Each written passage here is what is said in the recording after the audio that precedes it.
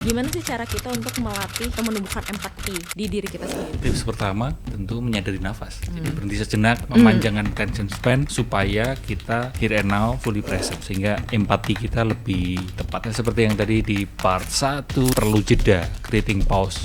Di dunia yang serba cepat, justru kekuatan super yang perlu kita latih adalah creating pause. Dengan tadi aja itu sebenarnya sudah bisa berempati. Apa perbedaannya empati, simpati, atau kayak sekedar kasihan aja sih ini mah? Yang empati itu kita mencoba memposisikan diri jadi orang lain. Apa yang kira-kira bakal dia rasakan, apa yang kira-kira bakal dia pikirkan. Kalau simpati itu adalah kita bukan cuma membayangkan, tapi kita benar-benar ikut merasakan. Dalam medis justru nggak boleh.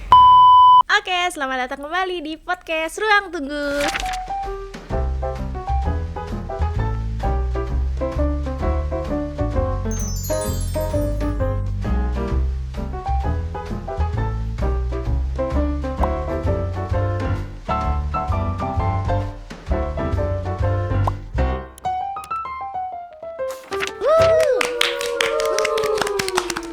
Masih nih, kemarin tuh kita udah melepaskan emosi secara nyantai bareng Mas Aji tentang tone deaf, tapi kita belum dapat nih solusinya. Jadi kita akan masuk aja langsung ke sesi semangka. Tapi semangkanya bakal sekebon dulu nih. Soalnya kita bakal latihan gimana cara bersosial media yang bijak, gimana cara biar nggak reaktif, gimana cara biar kita meningkatkan dan melatih empati kita dan secara mindful juga, biar tetap awake tapi tetap mindful juga gitu. Jadi kita sadar nih sepenuhnya, tapi kesadaran kita dilatih biar mindful dengan ahlinya yaitu Mas Aji Santoso Putro. Pressure lagi nih ya sebagai ahli. Ahli dong. Pokoknya dalam 3 bulan ke depan, begitu nonton video ini selesai, kalian pasti jadi ahli. Gitu kan. Overselling itu overselling banget. Aku tidak bilang seperti itu ya kawan-kawan. Aku nggak bilang kayak gitu ya Mas Aji ya. Kayak gitu. Nah, dari Anda dulu deh. Gimana sih? Aku mau nanya deh, berdua aja kali ya. Apa sih sweet boleh deh. Pertanyaannya dulu baru sweet. Apa perbedaannya empati, simpati, atau kayak sekadar kasihan aja sih ini mah gitu. Kayak gitu. Ini cuma perasaan sedih doang. Ini memang banyak yang bingung ya perbedaan empati sama simpati. Katanya nggak boleh brand. Oh iya. Dilasih Salah ya. Coba sweet dulu, katanya tadi Mas Sweet Jepang. Apapun. Oke. Jawab dulu deh. Menang ya. Aku jawab apapun tapi dia langsung klik. Oh iya. Aku duluan. Iya. Ya, jadi perbedaan antara empati simpati ini penting karena dulu tuh soal ujian kalau kami pendidikan kedokteran. Oh iya. Beneran itu sering apa perbedaan empati dan simpati, sampai bosen loh kan kayak gitu. Oh iya? Saking bosennya aku sampai lupa jawabannya apa. Karena ada setnya tuh kayak empati adalah bla bla bla, kemampuan meraba rasakan jadi. Nah, tapi akhirnya aku mencoba untuk menggunakan kata-kata sendiri ya. Boleh. Intinya empati itu kita mencoba memposisikan diri jadi orang lain. Apa yang kira-kira bakal dia rasakan, apa yang kira-kira bakal dia pikirkan. Nah, itu yang katanya tuh put yourself in other shoes. Empati. Nah, kalau simpati itu adalah kita bukan cuma membayangkan, tapi kita benar-benar ikut merasakan. Nah, terus kita waktu itu mikir, berarti bagus dong, bukan cuma kita membayangkan, tapi kita benar-benar, aku ikut merasakan juga. Dalam medis justru nggak boleh. Oh iya. Kalau simpati nggak boleh, karena gini, kita boleh membayangkan, kami sebagai dokter ya, oh iya jadi pasien ini kasihan ya, dia mungkin kesulitan secara ekonomi, mungkin dia juga penyakitnya bakal panjang, mungkin nggak bisa sembuh-sembuh, boleh berempati. Yang nggak boleh adalah ikut bersimpati, karena jadinya kita jadi ikutan kepikiran. Duh, gimana ya kalau dia nggak sembuh? Gimana ya kalau nggak bisa bayar? Betul, nah itu bisa jadi masalah. Karena gini, kenapa jadi penting dalam ilmu medis itu, terutama ya di ilmu psikiatri, kami dikasih tahu hati-hati dengan namanya rescue fantasy. Ketika kami mau menolong orang, tetapi jadi terlalu pengen menolong. Nah, kenapa dibilang bahaya? Karena ada fantasy di situ, rescue fantasy. Kalau kita bisa menolong, bagus. Tapi kenyataannya kan, kalau kita ngomongin tentang kondisi medis aja, pasti ada keterbatasan. Kami bisa menolong sejauh mana. Kondisi secara mental, kami bisa ngebantu supaya dia memproses perasaannya. Tapi gimana ketika dia kembali ke keluarga? Gimana kalau keluarganya kembali ngomong kata-kata yang mungkin menyakiti perasaan dia? Disitulah kami perlu belajar untuk membuat boundaries. Jadi boleh berempati, tapi jangan sampai bersimpati. Karena kalau misalnya tadi kita nyemplung ke dalamnya dan orang ini terluka, kamu yang akan jadi terluka juga. Gitu. Terus yang kasihan? Yang kasihan gimana? Kalau kasihan, ya kasihan aja sih. Itu gitu. perasaan Iya, aja ya. Itu perasaan dan kasihan berbeda. gitu. Kasihan belum tuh kita jadi ngebantu. Iya, cuma dangkal berarti ya. Dangkal Lebih ya. dangkal, Surface. lebih Betul. dangkal dibandingkan empati berarti. Betul. Jadi, Bahkan- kasihan, empati, simpati. Simpati. Iya betul. Iya kan? Karena bisa jadi aku makan terus ini ada orang kelaparan. Kasiannya.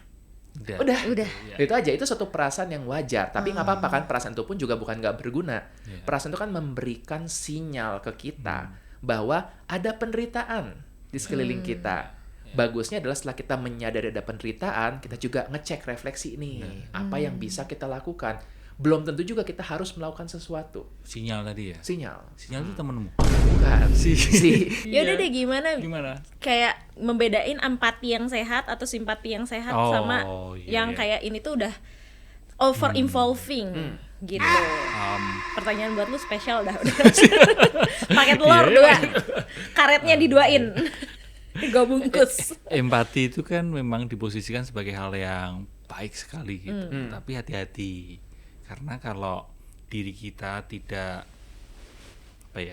attunement ya, kayak selaras kayak kita terhubung, kita menyadari perasaan kita. Contoh misalnya ngelihat berita yang mungkin bikin sedih gitu.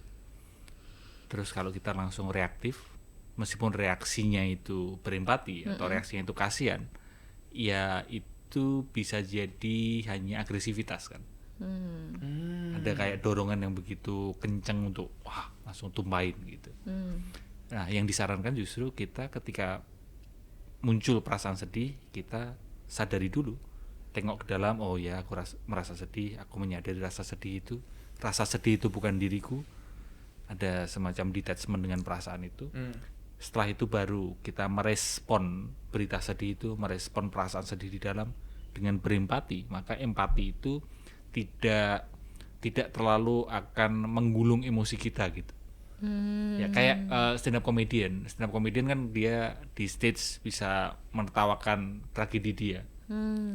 Tapi itu juga bahkan teman-teman yang memang berada di stand up comedy, mereka menyadari betapa pentingnya perlu berdamai dulu dengan kejadian itu, baru bisa menceritakan itu dengan lucu. Nah, sebagian ya, tiba-tiba aja langsung menceritakan itu dengan lucu sebelum berdamai. Justru itu akan memperkuat emosinya kan. Demikian juga tadi kalau kita empati kita tidak didasari oleh kesadaran, maka empati itu justru akan membuat kita tenggelam dalam emosi itu.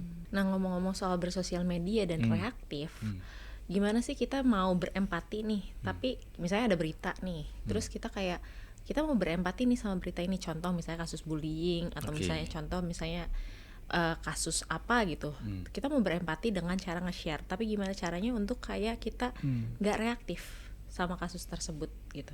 Ya, seperti yang tadi di part 1 ya, sudah Anjay. teman-teman yang belum nonton part 1 gitu kan langsung Jago ya. jago cukup terlatih ya. Oke. Seperti tadi di part 1 ya, perlu jeda, creating pause. Di dunia yang serba cepat, justru skill atau kekuatan super yang perlu kita latih adalah creating pause. Sebelum terlalu terus agresif repost atau membagikan hal itu semua, ya bikin jeda dulu, pause. Setelah pause itu kalau mau nge-share juga nggak apa-apa, tapi setidaknya itu tadi kita perlu waspadai jangan sampai kita tenggelam dalam emosi itu. Oke. Cari fakta dulu ya yang penting. Iya, dan itu juga penting dalam sosial media. Apa yang kita lihat, apalagi sekarang ya dengan AI. Bahkan sekarang di level video pun perlu kita curigai bahwa itu belum tentu bener kan. Iya tuh. Mana namanya Sora lagi tuh. Oh iya. Video Iya. AI-nya. Iya. Aku mau nambahin sesuatu tentang Apa? ini menarik nih. Jadi ini kenapa orang tadi nggak mau berjeda? Iya. Kenapa mau langsung? Pokoknya saat ini harus aku share. Hati-hati. Likes adalah candu. Iya, itu jebakan sosial media kan Sangat itu. kan? Dia di situ. pengen nggak cukup hanya likes, dia pengen dapat likes yang banyak dan engagement dan harus lebih cepat dibandingkan orang-orang lainnya. Jadi ketika tadi kita sangat pengen untuk menyampaikan empati kita pada satu bencana, pada satu bullying, bentar dulu. are you doing it for them Iya. atau Nah, buat benar. dirimu sendiri? Buat diri sendiri. Atau FOMO ya. Iya. Ya untuk mendapatkan engagement, likes dan sebagainya. Kita nggak bilang bahwa engagement itu buruk gitu kan ya. Dalam batas tertentu engagement itu berarti kan cara ini efektif. Kalau itu untuk edukasi, untuk sesuatu yang menyuarakan kebaikan itu kan efektif, bagus. Tapi tadi kalau hanya semata-mata untuk nih biar aku jam in aja, hati-hati. Yang kita perjuangkan jangan-jangan ego kita sendiri begitu. Ya, hati-hati perlu kita waspadai di sekarang ini di zaman sosial media. Jangan sampai seberapa berharga dirimu ditentukan oleh likes, engagement dan sebagainya kan. Wah, untung sih aku enggak ya, kalau aku berdasarkan followers. Enggak. Aduh, di cancel lu udah gini. Ternyata psikiater ini mementingkan followers gitu. Oke, kalau kayak gitu aku jadi kepikiran. Kepikiran tadi, apa? Kepikiran Mikir kan berarti? tadi yang Mikir ya? mikir dan Oh, tadi mikir. mikir. Ada nggak sih kayak kesalahan awam ketika menjadi empati gitu? Ketika dia berusaha menjadi empati dan dia membuat kesalahan itu paling umum tuh apa sih? Oke. Ketika dia berusaha menjadi empati. Aku kali ya, aku pikirannya gini. Iya. Ada dalam Kepikiran juga kamu? Pikiran juga. Mikir, Kamu pikir nggak? Kepikiran. mikir. Kepikiran juga. Pikiran juga ya kan? Nah, Iya. kesalahan umumnya itu adalah dalam ilmu jiwa itu psikologi kita nyebutnya ada should statement, harus. Oh, gimana itu? Should, kamu harusnya udah tahu ini. Oh iya kan ini kan biar obrolan mengalir jadi kan aku berapa gimana ini ya. Aku Jadi harus yang nonton- ngikutin ya. Iya, Aku yang harus nonton, ngikutin. Oh gimana ini Oh, ya, iya, yang iya. nonton gitu juga. Jadi aku harus ngikutin. Ya. Nah, ini nih, yang kayak gini nih, harus ini yang jadi Oh, iya. masalah. Should Oh, itu statement. jadi Should statement. Oh, iya. Artinya jadi mau mengontrol. Aku bilang kan harusnya kamu tahu. Terus bilang loh, kamu harusnya ngikutin skenario ini. Harusnya Nah, kamu harus. mengerti. harusnya ngerti gitu ya. Tapi Harus singitis. harus singitis. Nah, Iya. harus itu nggak boleh. Cuma ada satu yang harus. Iya. Harus subscribe podcast Ruang Tunggu. Nah. Ya, nggak ketebak kan?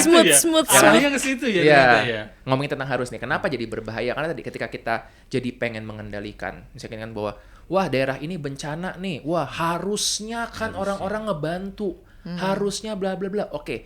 Emang kenapa sih nggak boleh ngomong harus itu? Ketika ngomong harus, kita menderita karena belum tentu yang kita harapkan itu kejadian. Maka kita diajak untuk mengubah dan untuk berjarak ya. Bahkan cara berjaraknya aja itu bisa sederhana kita ngomong alangkah baiknya. It would be great daripada ngomong harus. Iya. Lebih baik bila begini gitu. Nah, jadi kita tetap membuat jarak. Kenapa? Hati-hati kecewa. Kalau ngomong harus itu kan ekspektasi jadi tinggi banget begitu. Kadang-kadang makanya empati yang bagus bahwa duh kasihan ini anak misalnya dikasihin, misalnya anggaplah berita di sosial media anak masih bayi dikasihin susu yang pakai gula gitu.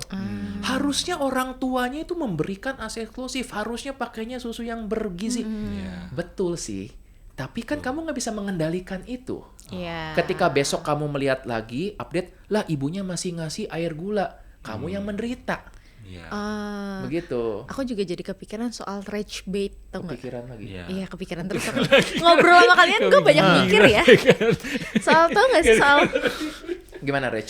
soal rage bait. Jadi kayak ada konten-konten yang sengaja dibikin untuk orang-orang tuh buat marah. Oh. Iya. Jadi rage bait, jadi kayak sengaja nih kayak masak sarapan isinya karbo semua. Oh iya. Kayak atau enggak kayak ngeberesin kayak nyuci make up gitu, kayak dia nyemplungin semua make upnya ke bathtub gitu. Gitu. Jadi kayak emang orang tuh untuk ngomentarin, "Lu ngapain sih?" gitu. Iya. Jadi emang memancing orang-orang untuk komen gitu, untuk Iya. komen dan balik lagi tujuannya adalah untuk engagement. Gitu. Iya. Tujuannya untuk rage baiting gitu. Jadi untuk kayak ya itu namanya aja sudah rage bait gitu. Ya, di sisi lain netizen itu suka kan dengan konflik. Betul. Ya, karena kayak nonton film 10 menit 15 menit di awal nggak ada konfliknya, skip ya kan. Maka konflik itu diciptakan oleh orang-orang yang memang kepingin mendapatkan engagement. Betul. Ya, jadi salah satu bahkan mungkin ada orang yang untuk menumbuhkan atau menaikkan personal brandingnya, dia dengan sengaja menciptakan konflik itu karena itu menjadi tontonan menarik buat netizen. Jadi Saya nggak setuju. Nah, makanya sekarang ini kita perlu ada Konflik. konflik. Ya, ada Tolong bagian tadi antagonisnya. dipotong ya. Karena itu menjadi tontonan menarik buat netizen. Ya, Saya nggak setuju itu, nggak masuk akal. saya juga nggak setuju. Loh, Maksudnya oh gimana? gitu? Iya, Saya lempar ini. saya lempar ini. Jangan, itu besar. Kepikiran. Udah. Oke. Kepikiran. Bener juga ya tadi kan dengan ada gitu, itu kalau tadi di-cut kan saya ngerti, wih lah iya. apa ini Betul. gitu ya. Iya. Sengaja dibuat. Iya. Nah. Psikiater dan psikolog ini berantem. Iya, iya. Bener juga, karena kalau setuju-setuju aja nggak ada konflik, memang jadinya perlu diakui dunia damai tapi nggak seru. Bayangin ya kayak perlu ada antagonis kan. Avengers lawan Thanos gitu kan, datang Thanos, saya mau mengambil batu, janganlah ini batu punya kami, terus iya juga ya, iya juga Iya, jangan makanya ya, kan Jangan itu. ya. terus udah selesai filmnya. Kayak Dora dong, swiper jangan mencuri, tidak mencuri. Oh susah. man, gitu. Iya. Iya. Jadi memang konflik itu lagi-lagi juga adalah suatu resource ya, suatu yang bisa dibudidayakan. Iya. Karena tadi jadinya muncul ke likes, Iya. engagement. Itu yang perlu kita waspadai supaya kita tidak terus seperti itu. Maka konten-konten positif seperti podcast ini Wes. itu mungkin jarang netizen suka karena mana konfliknya. Oh iya. Ya, nggak ada antagonisnya, bukan nggak ada aku versus kamu atau kita versus Oke. mereka. Heeh. Padahal itu yang disukai netizen. Perlu konflik ya. Editor tolong dibuat belakang ini ada dinosaurus. Ya. Iya. Nah, biar ada konfliknya. dengan Iya. dinosaurus. Iya. Nanti Biar jadi seru. judul videonya Mas Aji versus Dr. Andres Kurniawan. Oh iya, Oke. kayak gitu itu kan ditunggu. Oh, apa ini? Apa ini? Iya. Ada oversell dalamnya, ternyata enggak kan, mengecewakan. Baiklah, lanjut. Iya. Tadi ya. Aku kepikiran. Iya harus nunjukin ya aku kepikiran. Aku kepikiran. Iya. Apakah kayak orang yang tadi ya gampang kepancing oleh rage bait berarti empatinya tinggi? Bukan soal empati sih. Kalau itu gampang kepancing karena sisi emosional kita itu mendominasi. Oh. Dan sayangnya manusia kan sisi emosi. Manusia adalah makhluk emosional yang rasional, bukan makhluk rasional yang emosional. Ya, lebih cenderung emosional. Jadi mungkin bukan soal empatinya tinggi sih. Tapi soal emang emosional Emosional, aja. emosionalnya itu yang, dan itu kan berbeda dengan kalau yang aku pelajari kan sisi mindfulness. Mindfulness kan di prefrontal cortex kan. Nah, sedangkan sisi emosional itu di mammalian brain, di amigdala gitu. Nah, itu dua ruang yang berbeda dan selama ini kita termasuk saya manusia atau netizen lebih terlatihnya kan sisi amigdalanya, sisi Betul. emosional. Oh, gitu. Ngerti. Nah, gimana kita menyampaikan empati ketika kita tidak benar-benar kayak ngerasain ini tuh gak relate gitu. Ketika gimana kita tuh Apa harus teman kita, pura-pura iya. empati gitu? Ketika kita benar-benar kayak gak relate nih sama ceritanya. Misalnya contoh, Andres kan yatim nih. Oke. Terus dia cerita kesedihan tentang kehilangan bapaknya. Oke. Ke Bapak aku yang saya. masih punya papa, Oke. apalagi keluarga aku misalnya harmonis. Aku nggak punya bapak. Iya, Udah. iya, tapi salaman dulu. Ya, iyalah. Kamu masih White team, mending. white team. Kamu masih mending. White team. Ya kan Betul, memang betul. gitu. White team. Katanya gitu kan. Iya. Tadi katanya mau berantem. Oh iya. Oh iya kan rukun. Iya. Kenapa sekarang rukun? Ada Aku yang jadi berantemnya, antagonis di sini. Nah, ayo kita nanti antagonisnya dia. Ya terus gimana tadi? Nah, terus Supaya bisa berempati ya kepada supaya yang berempati kayak tidak. aduh gue nggak relate lagi Ya. sama ceritanya, atau misalnya contoh dia kayak sayang banget sama bapaknya sedangkan aku toksik banget nih bapak gue Oh, gitu. Gimana cara tetap berempati ketika itu tidak relate ceritanya sama kita? Atau contoh misalnya pacarnya toksik banget sedangkan pacar gue tuh nggak toksik, ya udah putusin aja. Oke. Gitu. Di Mudah buat kita bilang kayak gitu, tapi buat dia kan sulit banget mungkin. di ruang konseling atau di ranah konseling kan mungkin cukup banyak cerita yang kita tidak mengalami, kita tidak relate kan. Tapi tetap aja kita bisa, kalau di mindfulness ya, lagi-lagi ini sebatas yang Iya. aku pelajari pendekatan mindfulness adalah kita menjadi space, be a space, kita hanya dengerin aja tanpa harus pernah merasakan atau pernah mengalami, hanya fully present here and now. Apa yang dia ceritakan ya kita dengarkan ya, mindful listening. Hanya dengerin aja, meskipun mungkin pikiran aku nggak relate deh, aku nggak pernah ngalamin itu gitu. Ya sadari aja bahwa pikiran itu hanyalah pikiran, bukan yang terus itu pasti benar kan. Nah, kembali lagi ke diri here and now, di sini kini. Nah, itu bisa akan membantu untuk tetap berempati meskipun tidak mengalami. Kalau aku dalam praktik sehari-hari ya kadang-kadang betul tadi ketemu dengan orang cerita terus kayak waduh aku nggak relate. Misalnya pernah ada yang dok saya sedih banget, benar-benar yang sedih banget. Kenapa? Saya kalah war tiket K-pop. Oh, Nah, iya. nggak relate nih. Iya. Kayak ya aku bilang ya pengen ngomong kan ya udah terus kenapa? Cuma aku nyadar kalau ngomong kayak gini kira-kira gimana perasaan dia? Iya. Nah dengan tadi aja itu sebenarnya sudah bisa berempati Kita nggak perlu tahu gimana rasanya gagal war ticket, tapi dengan membayangkan kalau aku ngomong begini, kira-kira gimana perasaan dia ya. Nah, karena seringkali kita sudah punya judgmentnya lebay nih cuma kalah war ticket doang. Kalau kita berlatih ngedrop judgment tersebut, maka kita tadi bisa lebih langsung terkoneksi. Kadang-kadang untuk melatih juga aku suka membayangkan begini, kira-kira yang bakal nyambung ke aku gimana ya? Oh, mungkin anggaplah ini ada film Doraemon terbaru, tapi limited tiketnya. Anggaplah aku pengen banget beli, tapi aku nggak dapet tiket, kalah war tiket.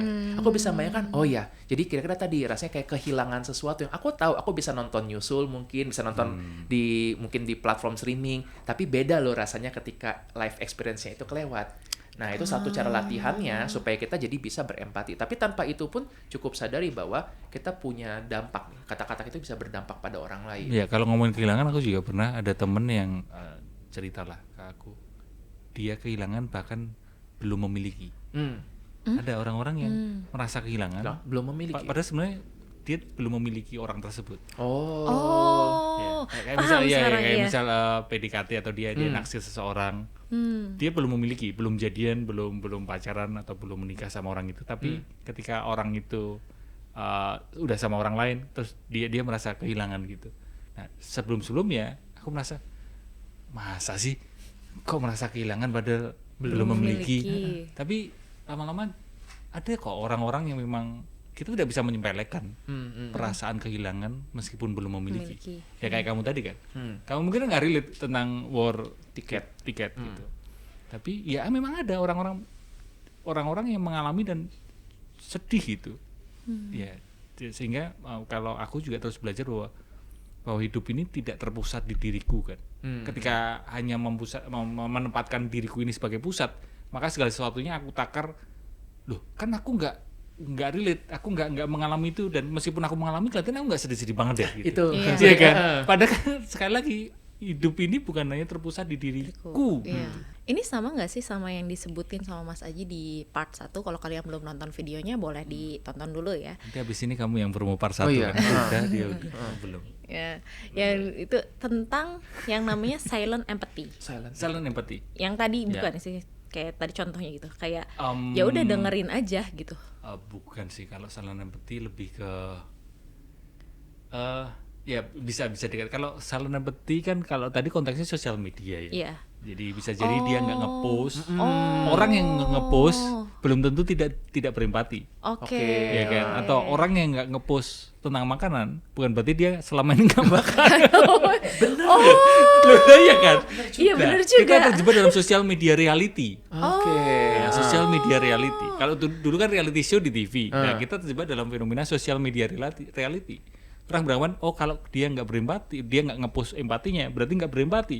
Loh, ya enggak, ya enggak seperti itu polanya gitu. Iya, nggak sesederhana itu. Iya, kayak orang yang nge-post pasangannya, berarti dia nggak punya pasangan ya? Iya, nggak gitu juga. Bisa Kan banyak yang keras itu, kamu nggak pernah posting aku, kamu nggak sayang ya sama aku, kamu malu ya, gitu kan? Silakan. Kalau itu mungkin.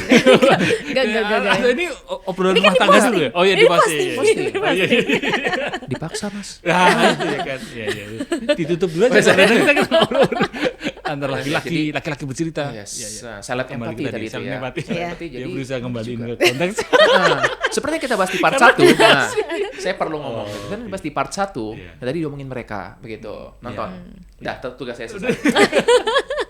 Ya, kesanan empati tadi seperti itu. Tapi kalau yang dengerin, mendengarkan itu, yang aku pelajari adalah kita perlu meluruhkan ego kita. Sehingga tidak ada judgement, tidak ada, ya tetap ada judgement. Mungkin pikiran itu kan nggak bisa nggak ngejudge. Pikiran kita nggak terus sama sekali tidak ada asumsi, tidak ada opini, tetap ada. Hanya saja kita bisa berjarak dengan asumsi tersebut. Ya, nah itu dengerinnya di sisi itu sih, bukan ke silent empathy. Oke, jadi mendengarkan sendiri itu tanpa memberikan solusi itu sebenarnya udah empati yang paling dalam ya. Apa sebenarnya harus kasih solusi? Iya. Tidak bisa dikategorikan seperti itu. Tiap orang punya style berempati beda-beda. Tapi aku ada satu cerita yang mungkin bisa jadi insight di podcast ini. Dulu itu ketika ada temanku cerita dan dia nangis, maka aku tergesa-gesa mengambil tisu buat dia. Tapi setelah aku belajar lebih jauh gitu, ternyata ada kalanya kita perlu memberi ruang dia untuk bersedih dan kita tidak perlu untuk sesegera mungkin memberi tisu. Iya. Ya. Aku dulunya reaktif memberi tisu karena bisa jadi kesedihan dia, tangisan dia itu men-trigger ingatan sedihku di masa lalu. Dan aku tidak terampil menyikapi ingatan sedih itu. Karena aku tidak terampil menyikapi ingatan sedih itu, terus seolah-olah kamu jangan nangis dong, kasih tisu, terus oke, kamu jangan nangis ya, ayo harus gembira, hore, ayo selamat pagi. Kalau aku bilang hai, kamu bilang hello. Hai, hello. Nah itu ternyata kan kembali lagi, empati itu sebenarnya di kedalaman. Kalau tadi ngomongin kedalaman adalah keterampilan kita berhadapan dengan pikiran dan perasaan kita sendiri. Oh, I see. Ngomong-ngomong soal tadi sedih yang langsung dikasih tisu. Ini gak kepikiran, ini ngomong-ngomong. Ini kepikiran. Ngomong-ngomong. Ini ngomong tadi yang sedih langsung dikasih tahu tisu. Kenapa sih kita tuh nggak nyaman ketika ngelihat seseorang mengutarakan emosinya? Ya karena itu memantik, men-trigger ingatan yang relate dengan emosi tersebut kan. Iya, dan kita belum selesai itu dengan ingatan itu. Oh, kayak gitu. Jadi ketika kita ngelihat orang marah atau kita ngelihat orang sedih itu kita sebenarnya nggak nyaman sama perasaan kita sendiri. Ya, Bisa jadi. Bisa jadi ya. Ya, begitu kan. Karena seberapa terampil kita menghadapi orang lain sebenarnya adalah cermin seberapa terampil kita menghadapi diri kita sendiri. Pada akhirnya seperti itu. Kalau aku beda Mas. Kalau aku di Kenapa lu tiba-tiba Jawa? Ya kan? apa? Oh iya. aku pikir tadi kok tiba-tiba dia kontra gitu. Kan memang perlu gitu. Harus kontra. Jangan ya terus. Kalau tidak, kalau saya pernah ngalamin saya begini nih. Kan kok bisa? Bisa. Kepikiran nggak? Bingung kan? Gimana? Apa ya tadi ceritanya? Waktu misalnya aku kadang nih pernah ada, kan aku kadang-kadang konsultasi itu secara online karena mereka mungkin beda planet gitu kan, beda negara gitu. Kota. Pernah ada kejadian ini waktu itu tuh menurut aku ini mengubah banget gimana cara kita memproses emosi. Pasien cerita, terus dia nangis. Itu kan wah berat banget, kayak wah nih sedihnya dalam banget nih. Terus aku ngomong kan, baik jadi gini ya, ini pasti kondisinya yang nggak mudah untuk dijalani. Aku ngomong cukup lama sampai aku sadar koneksinya ternyata lagi nge-hang. Lagi nge-lag. Jadi tuh muka dia nge-freeze lagi gini, nangis gitu. Habis itu mikir, ya koneksi kan, aku cek, ternyata gitu ada problem dengan internet, langsung ganti connection. Habis itu udah tuh, untungnya itu nggak terlalu lama, begitu sekitar kayak 2 menit 3 menit nyambung lagi. Ini aneh sponsor ini. Enggak. Sponsornya bukan. Untung saya menggunakan ini.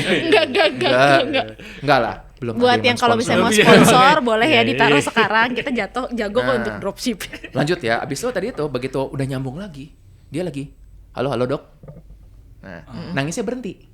Terus aku nyadar, loh tadi bukannya lagi nangis yang dalam banget ya? Ternyata kondisi bingung itu bisa membuat nangis seseorang berhenti. Dan itu kan menunjukkan bahwa semudah itu loh kita untuk nempel dengan satu perasaan. Dan semudah itu juga kita jadi berjarak dari suatu perasaan. Kalau waktu itu, misalnya itu nyambung terus aku, ya nggak apa-apa yuk kita tarik nafas yuk. Oke jangan sedih ya. Kemungkinan dia masih nangis. Tapi gara-gara tadi tiba-tiba koneksi yang nge-freeze, mungkin saya juga pas lagi nge-freeze gitu kan ya. Mungkin dia juga bingung, ini ngapain nih gitu. Tiba-tiba berhenti. Nah itulah yang membuat kita tadi perlu membedakan antara kita sedang sedih atau kita ya sedang merasakan sesuatu. Jadi beda loh, karena I am sad.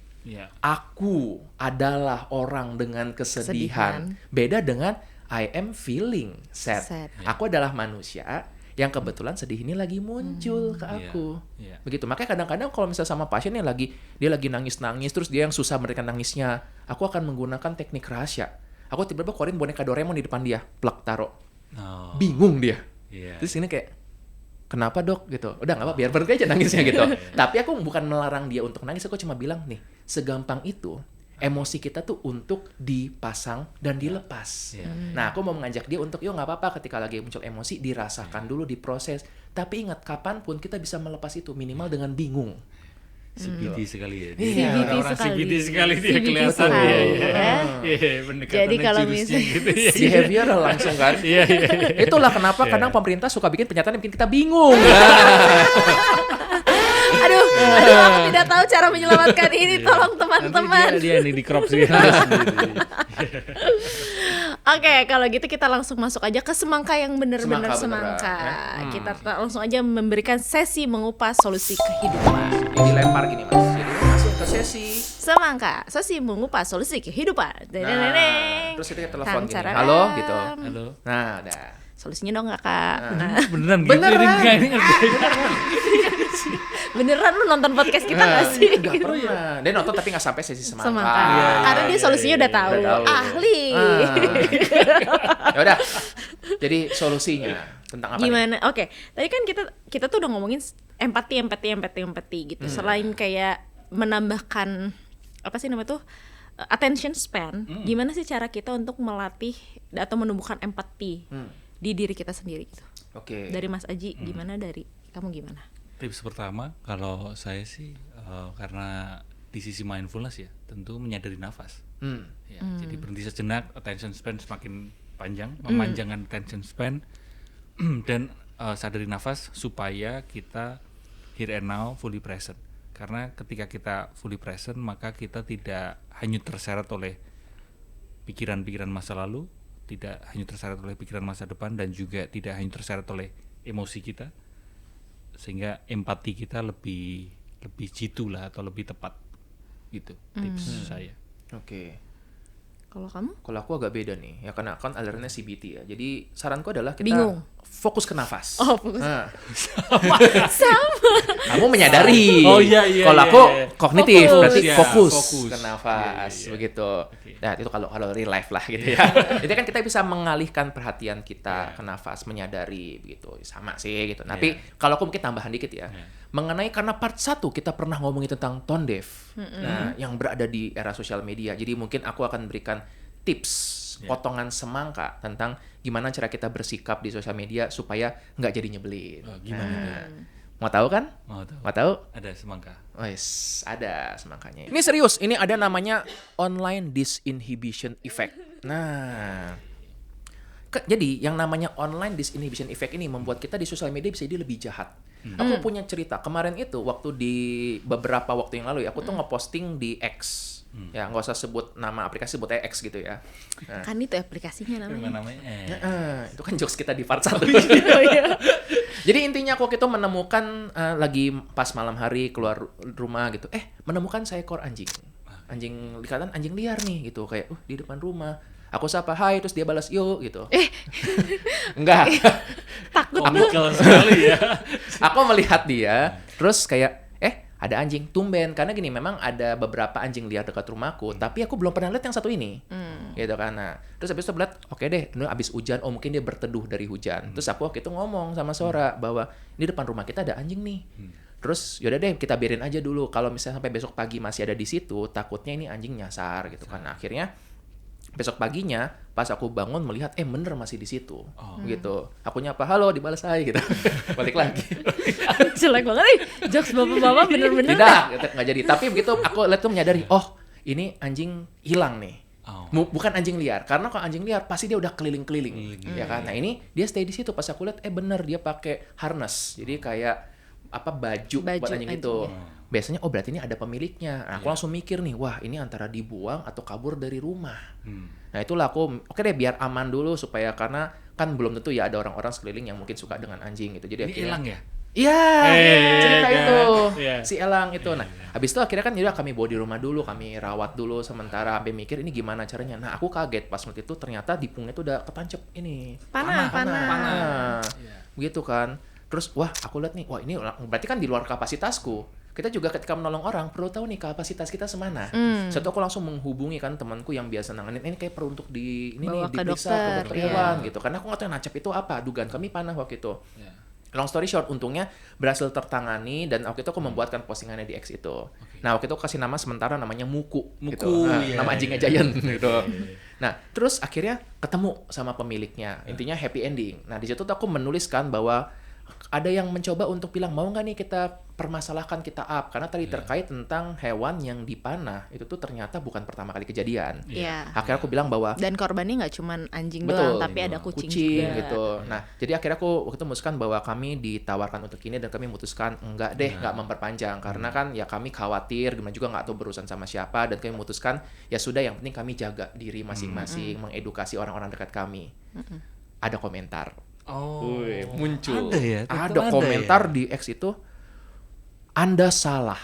Seharusnya bila kasus seperti itu harus diangkat, jangan dibiarkan begitu saja. Kalau saya bla bla bla, kayak ini kan gue padahal vibes-nya tuh positif banget ya. Iya. Kok ini ada begini? Aku sangat tergoda untuk ya udah kalau gitu lo aja yang lapor. Tapi aku mikir kayak ntar, kan lagi-lagi nih ada ego kan yang pengen membuktikan aku benar, terus akhirnya ya udah, ingat kan tujuan aku Kamu dari awal. reply itu orang enggak itu? dong, Enggak. gitu. Aku DM, gitu. Fotonya nggak ada, foto profilnya ada. Kayaknya ada gitu Ada orangnya. tapi Ada, bukan ada. mukanya dia gitu-gitu ya. Gak tau. Oh, nggak gitu ingat. kan sekarang. Karena kan aku menyadari bahwa oke, tujuan awal aku membuat postingan ini buat apa sih? Pasti tadi kan ada keinginan juga, aku pengen ini tahu. Pasti ada pengen bahwa aku pengen ini viral. Baguslah kalau aku bisa dapatkan likes juga dan share dan dikenal. Tapi pada akhirnya tujuannya kan mengedukasi. Itu aja. Ada kejadian seperti ini. Ada. Oh, gitu. Jadi aku perlu menyadari juga, ingat ini bukan mau menunjukkan aku benar, aku penolong, cuma mau untuk edukasi, ada lo kejadian seperti ini gitu. Dan akhirnya setelah menyadari itu, udah jadinya bisa kok berjarak. Nah, terus aku jadi mikir, ini kok orang bisa jahat sih? Kok bisa-bisanya aku di postingan yang thread yang sangat Positive positif vibe itu banget, tiba-tiba merasa kamu salah gitu.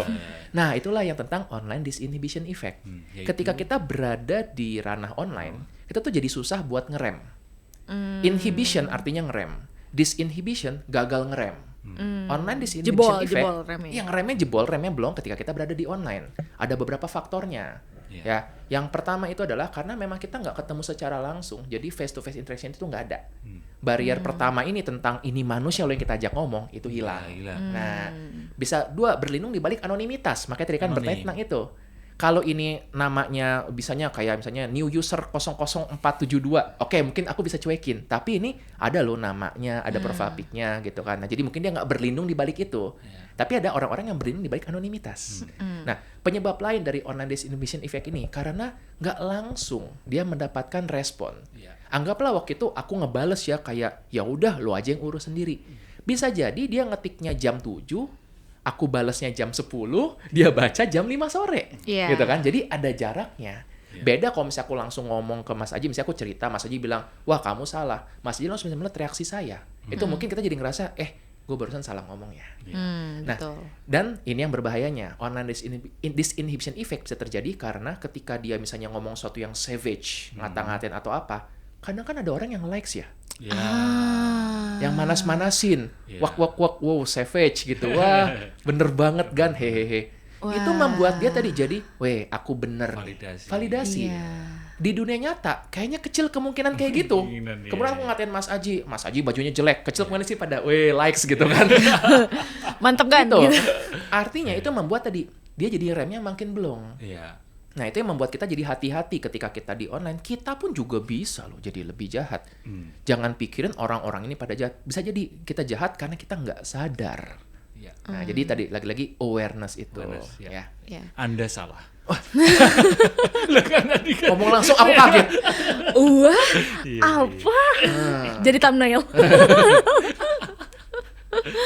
Begitulah kira-kira. Jadi semangat dari saya adalah kita waspada ketika kita terjebak dalam online disinhibition effect itu. Iya. Oke, thank you banget Mas Aji untuk waktunya dan ini udah ada Nobita dari tadi, Nobita di Bukan, saya udah bilang ini Giant, bajunya sama sama saya. ya udahlah gimana terserah bapak-bapak ini dan biarkan bapak-bapak ini terus berempati ya kepada saya. Terima kasih Mas Aji, ditunggu Terima album kasih. berikutnya ya. Iya, nanti ya. Iya. Konser Urup dulu, konser Urup. Oh, Diundang apa ya? Mas Kunto. boleh. Sebenarnya Boleh 2 kali. orang. Foto Aji, sini kamu. Gitu, kita panggil. Ya, boleh yang lain di-mention ya Kunto Aji di komen. Jadi, tapi sebelum kalian komen tolong diklik dulu tombol subscribe-nya dan dinyalain juga notification-nya, di-share juga ke orang-orang yang mungkin butuh berempati lebih. Apalagi di negara yang carut-marut seperti ini.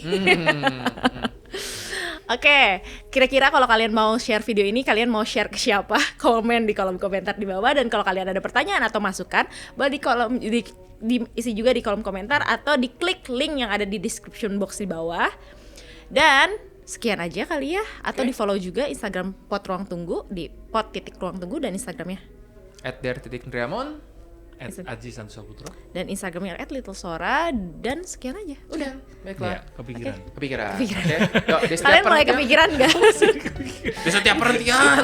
Pasti ada Cerita. ceritanya. Terima kasih Terima kasih semua. semuanya. Kepikiran. Bye-bye.